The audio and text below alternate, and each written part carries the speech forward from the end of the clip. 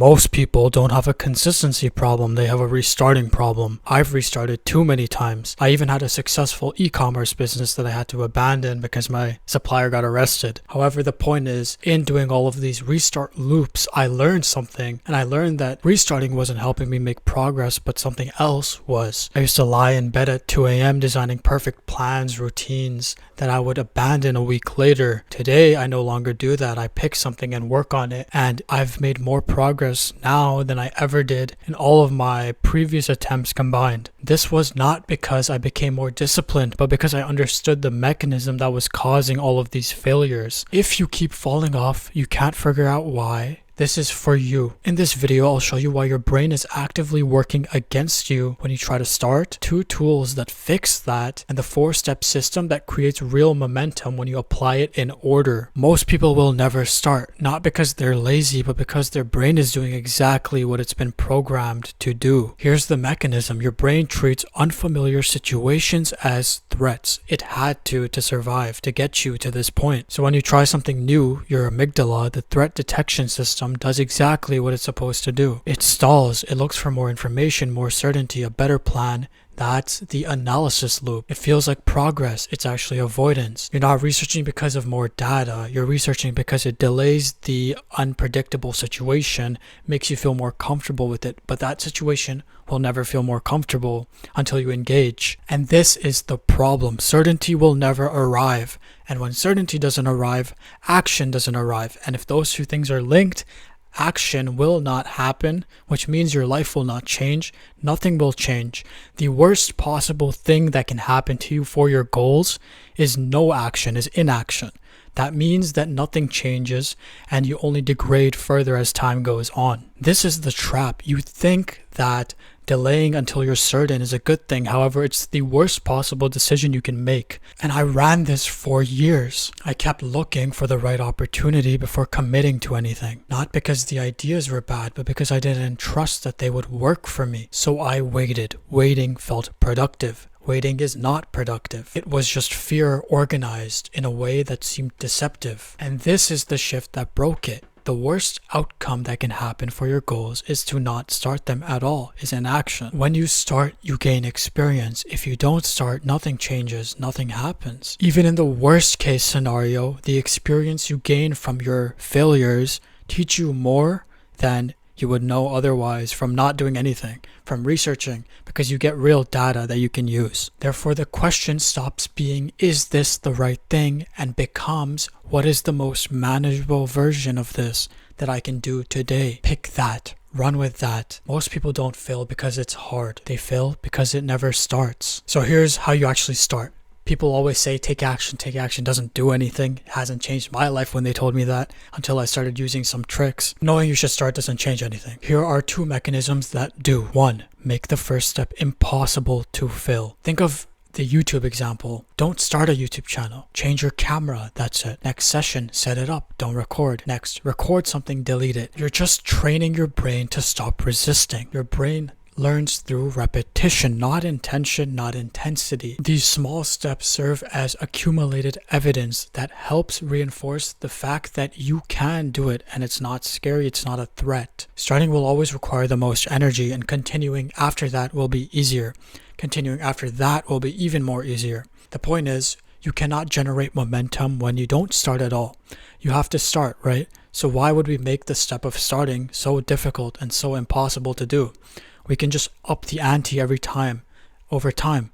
And when this happens, starting becomes seamless and continuing becomes seamless. Over time, the behavior becomes ingrained and you no longer have to fight with your brain and wrestle with it to actually engage in the behavior anymore. And then number 2, second tool, is visualization. Your brain has a documented difficulty distinguishing between a vividly imagined experience and a real one. That's why mental rehearsal is not a new thing in elite performers, musicians, military commanders, which means that you can do something without actually doing it, which means you can build momentum and start without actually starting. In your rehearsals, you just make a picture. Who shows up? Who handles hard moments? Your brain encodes that as experience, and I want you to imagine these experiences in the form of your ideal actions, behaviors, and self. So be perfect, right?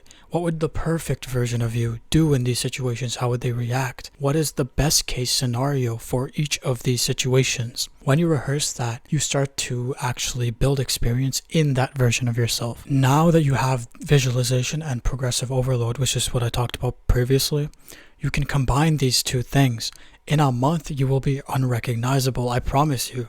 However, probably even sooner than that, you'll start to see the effects. Every path has a phase when it stops feeling good. This is where most people reset. So they switch, they have a new plan, they have a new goal, they have a new system. But the thing is, every time they do that, they return to zero. Sticking through the hard part where everyone else would abandon it is what makes the goal worth it in the first place, or else everyone would have it. However, what makes this good and what makes it feasible to continue is the fact that once you get over this rut part, it becomes fun again. And the best part is you alone revel in your success.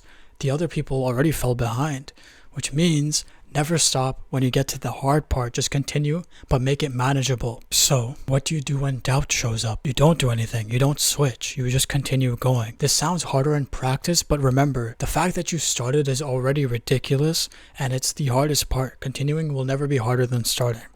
Every other path that you're contemplating switching to has those hard parts too. You just see it through rose-tinted glasses because you haven't, actually put yourself in that situation yet. You're looking at it from the outsider's perspective. Okay, I don't know how much time this video has gone on for, so I'm just going to quickly cover the next 2 points. First is iteration, next is maximization. Iteration is just when you intelligently start to make your decisions. You take feedback from online, from books, from courses, things like that, and you implement them into your decisions to speed up the results that you get. This does work. However, you cannot fall into the trap of overanalyzing your current situation because the results will be delayed. You won't be able to see results immediately, so you can't mistake that for, just not seeing results because your input is wrong. It may not be wrong. Follow people that are ahead of you. Take their advice. Make sure they're credible sources, obviously.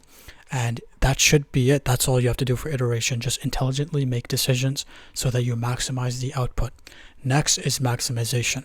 Maximization is just doing the most you can do in whatever activity it is. So the max inputs. If you're a YouTuber or something, you would upload and maximize your uploads. You would do like 2 a day, right? If you're, a salesman, you would call your clients and you would do as many phone calls to prospects as you could. You would maximize the input. So remember, start, stick to it, maximize, and iterate it. If you just start imperfectly without certainty, you will succeed because you're taking steps towards the goal. The steps will lead you to your destination. The road is just blacked out. It's like your render distance is too short. I don't know if that's an analogy that everyone will understand. The point is you can't see. There's fog in your view, right? Your goal could be right in front of you and you just can't see. It could be 100 steps in front of you. The point is every step you take is an inevitable step towards the goal and you will reach it.